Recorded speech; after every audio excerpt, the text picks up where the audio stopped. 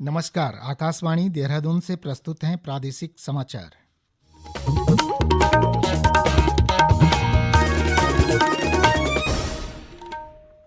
पहले मुख्य समाचार। उत्तराखंड विधानसभा में आज दोपहर 12:30 बजे बजट पेश किया जाएगा। विधानसभा में कल विपक्ष ने स्मार्ट मीटर के मुद्दे पर सरकार का विरोध किया। संसदीय कार्य मंत्री प्रेमचंद अग्रवाल ने कहा, स्मार्ट मीटर से उपभोक्ताओं को किसी तरह की परेशानी नहीं होगी। कुमाऊं विश्वविद्यालय टीबी मुक्त भारत अभियान के तहत आर्थिक रूप से कमजोर मरीजों को पोषण सहायता और परामर्श प्रदान करेगा। और उत्तराखंड उच्च न्यायालय ने वनाग्नि नियंत्रण के लिए विस्तृत कार्ययोजना प्रस्तुत करने को कहा। प्रादेशिक समाचारों के साथ मैं वीरेंद्र दत्त गैरोला। और अब समाचार विस्तार से। उत्तराखंड विधानसभा के बजट सत्र के तीसरे दिन आज प्रदेश के वित्त मंत्री प्रेमचंद अग्रवाल दोपहर 12:30 बजे बजट पेश करेंगे। इस बार बजट का आकार 1 लाख करोड़ रुपए से अधिक होने का अनुमान है। बजट में सरकार का मुख्य ध्यान महिलाओं, युवाओं, गरीबों, किसानों और अवस्थापना विकास पर केंद्रित रहने की आशा है। वित्त मंत्री प्रेमचंद अग्रवाल ने कहा है कि यह बजट आर्थिक रूप से कमजोर लोगों के लिए सहारा बनेगा और सरकार जनता के हित में प्रभावी योजनाएं लेकर आ रही है। उन्होंने उम्मीद जताई कि बजट शांतिपूर्ण माहौल में प्रस्तुत किया जाएगा। उधर विधानसभा में कल उत्तराखंड में लगाए जा रहे स्मार्ट प्रीपेड बिजली मीटर को लेकर विपक्षी कांग्रेस ने विधानसभा में सरकार पर हमला बोला और विरोध स्वरूप सदन से बहिर्गमन कर दिया। नेता प्रतिपक्ष यशपाल आर्य ने आरोप लगाया कि कुछ बड़े व्यावसायिक घरानों को लाभ पहुंचाने के लिए आम उपभोक्ताओं पर यह योजना थोपी जा रही है। इस पर संसदीय कार्य मंत्री प्रेमचंद अग्रवाल ने सफाई देते हुए कहा कि यह योजना केंद्र सरकार की RDSS योजना के तहत पूरे देश में लागू की जा रही है और इससे उपभोक्ताओं को कोई परेशानी नहीं होगी। उन्होंने स्पष्ट किया कि जहां इंटरनेट सुविधा उपलब्ध नहीं है वहां ये मीटर नहीं लगाए जाएंगे। उत्तराखंड विधानसभा को डिजिटल रूप देने के लिए राष्ट्रीय ई-विधान एप्लीकेशन नेवा के तहत विधायकों की मेजों पर टैबलेट लगाए गए हैं और सदन की कार्रवाई को 3 बड़ी स्क्रीन पर लाइव प्रदर्शित किया जा रहा है। इस प्रणाली से विधायकों को कार्यसूची, विधानसभा में पूछे गए प्रश्नों के उत्तर और अन्य दस्तावेज ऑनलाइन मिल सकेंगे। इससे विधानसभा की कार्रवाई अधिक प्रभावी और पारदर्शी होगी तथा कागज की खपत कम होने से पर्यावरण संरक्षण में भी मदद मिलेगी।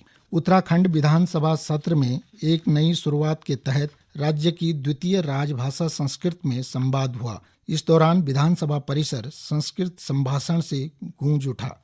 यह पहल विधानसभा अध्यक्ष ऋतु खंडूड़ी भूषण और मुख्यमंत्री पुष्कर सिंह धामी के विशेष दिशा निर्देश पर शुरू की गई। मध्याह्न के बाद संस्कृत शिक्षा विभाग और संस्कृत अकादमी के सहयोग से सभी मंत्रियों और विधायकों को सरल संस्कृत संभाषण का प्रशिक्षण दिया गया। विधानसभा अध्यक्ष ऋतु खंडूड़ी भूषण ने संस्कृत की महत्ता पर जोर देते हुए कहा कि संस्कृत से ही भारत के विश्व गुरु बनने का रास्ता तय होता है। यही वजह है सरकार ने संस्कृत को द्वितीय राजभाषा का दर्जा दिया है।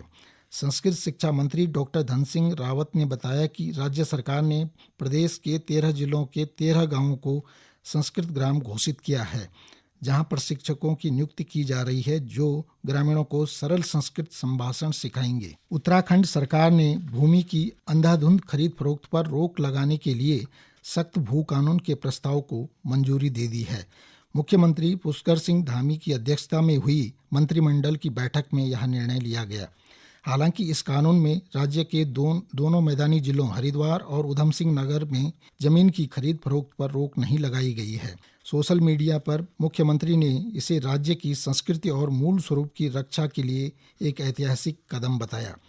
सरकार के अनुसार इस कानून से राज्य के संसाधनों, सांस्कृतिक धरोहरों और लोगों के अधिकारों की रक्षा होगी। मुख्यमंत्री धामी ने पिछले साल इस कानून को लागू करने की मंशा जाहिर की थी और अब इसे साकार करने की दिशा में कदम बढ़ाया गया है। पूर्व में 2003 में नारायण दत्त तिवारी सरकार ने बाहरी लोगों के लिए भूमि खरीद सीमा 500 वर्ग मीटर तय की थी, जिसे 2008 में भुवन चंद्र खंडूरी सरकार ने 250 वर्ग मीटर कर दिया। लेकिन 2018 में त्रिवेंद्र सिंह रावत सरकार ने इस सीमा को हटा दिया था। अब नए कानून से भूमि संरक्षण और प्रदेश की मूल पहचान बनाए रखने की उम्मीद है। समाचार आकाशवाणी के देहरादून केंद्र से प्रसारित किए जा रहे हैं। ताज़ा समाचार के लिए आप हमारे सोशल मीडिया एक्स व Facebook page Akashvani news Uttarakhand को फॉलो कर सकते हैं। साथ ही ये समाचार हमारे YouTube channel Akashvani news Uttarakhand पर भी उपलब्ध हैं। कुमाऊं विश्वविद्यालय ने भारत सरकार के टीबी मुक्त भारत अभियान में अपना योगदान देने के लिए एक नई पहल शुरू की है। विश्वविद्यालय अब आर्थिक रूप से कमजोर टीबी के मरीजों को पोषण सहायता और परामर्श प्रदान करेगा, जिससे उनका उपचार अधिक प्रभावी हो सके। कुलपति प्रोफेसर दीवान रावत ने बताया कि इस अभियान के तहत चिकित्सकों द्वारा अनुशंसित पोषण आहार मरीजों को उपलब्ध कराया जाएगा ताकि उनकी रोग प्रतिरोधक क्षमता बढ़े। साथ ही विश्वविद्यालय के फार्मेसी विभाग के विद्यार्थी इन मरीजों की नियमित काउंसलिंग करेंगे और यह सुनिश्चित करेंगे कि वे अपनी दवा और उपचार समय पर प्राप्त कर सकें।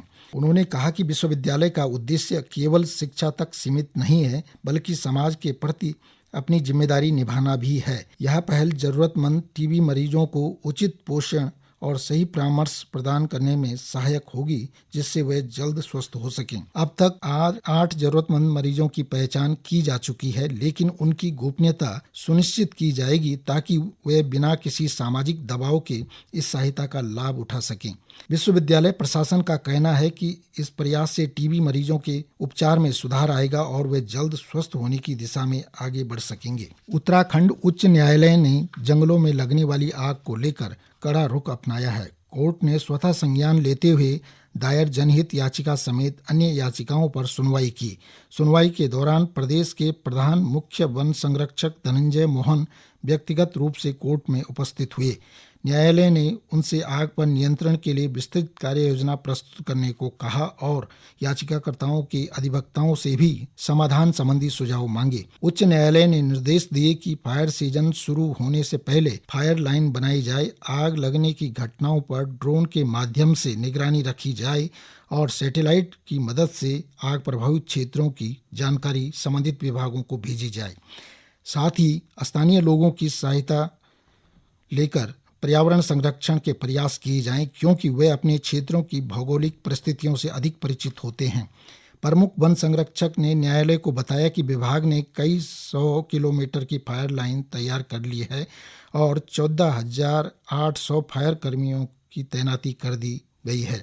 आग बुझाने के लिए 10,000 श्रमिकों को दैनिक मजदूरी पर रखा गया है। फॉरेस्ट सर्वे ऑफ इंडिया से सैटेलाइट की मदद भी ली जा रही है ताकि आग लगने की घटनाओं की जानकारी तुरंत मिल सके। नैनीताल वन प्रभाग ने आगामी वनाग्नि काल 2025 के लिए शीतला खेत मॉडल के आधार पर प्रभावी रोकथाम और नियंत्रण की रणनीति तैयार कर काम शुरू कर दिया है। वन प्रभागीय अधिकारी चंद्रशेखर जोशी ने बताया कि फॉरेस्ट सर्वे ऑफ इंडिया की साइट पर नियमित निगरानी रखी जा रही है और मौसम विभाग द्वारा जारी बुलेटिन के आधार पर संवेदनशील क्षेत्रों में विशेष सतर्कता बरती जा रही है। वन विभाग forest fire Uttarakhand mobile app के माध्यम से आम नागरिकों को भी इस प्रयास से जोड़ रहा है। अब तक 6,000 लोग इस ऐप से जुड़ चुके हैं। इस वर्ष शीतकालीन वर्षा न होने के कारण 15 फरवरी से ही वनाग्नि का खतरा बढ़ गया है। इसे ध्यान में रखते हुए एकांतर फुकान और वार्षिक फुकान की अवधि 1 मार्च तक बढ़ा दी गई है। वन विभाग ने आदेश जारी किया है कि 1 अप्रैल 2025 के बाद निजी भूमि पर उगी झाड़ियों, सूखी लकड़ी और अन्य ज्वलनशील सामग्री को जलाने पर प्रतिबंध रहेगा। इस नियम का उल्लंघन करने वालों पर सख्त कार्रवाई होगी। त्वरित न्याय सुनिश्चित करने की दिशा में देहरादून के जिलाधिकारी सबिन बंसल ने 97 वर्षीय वृद्ध महिला लीला देवी और उनकी पुत्री को उनकी जमीन पर कब्जा दिलाया। महिला पिछले 25 वर्षों से न्याय के लिए संघर्ष कर रही थी। मामला जिलाधिकारी के जनता दर्शन कार्यक्रम में सामने आया, जिसके बाद प्रशासन ने जांच कर 3 जनवरी को अवैध रूप से संचालित गैस गोदाम को सील कर दिया। भूमि के असली मालिकों को न्याय दिलाने के आदेश पर उप जिलाधिकारी कुमकुम जोशी ने तेजी से कार्रवाई की और आखिरकार बुजुर्ग महिला को उनकी संपत्ति वापस दिलाई। और अब एक नजर आज के समाचार पत्रों की सुर्खियों पर। उत्तराखंड कैबिनेट में भू कानून को मंजूरी मिलने की खबर को सभी समाचार पत्रों ने प्रमुखता से प्रकाशित किया है। अमर उजाला ने लिखा है, हरिद्वार व उधम सिंह नगर छोड़कर बाकी जिलों में जमीन नहीं खरीद सकेंगे बाहरी लोग। दैनिक जागरण ने कड़े भू कानून को कैबिनेट की मंजूरी शीर्षक से खबर प्रकाशित की है।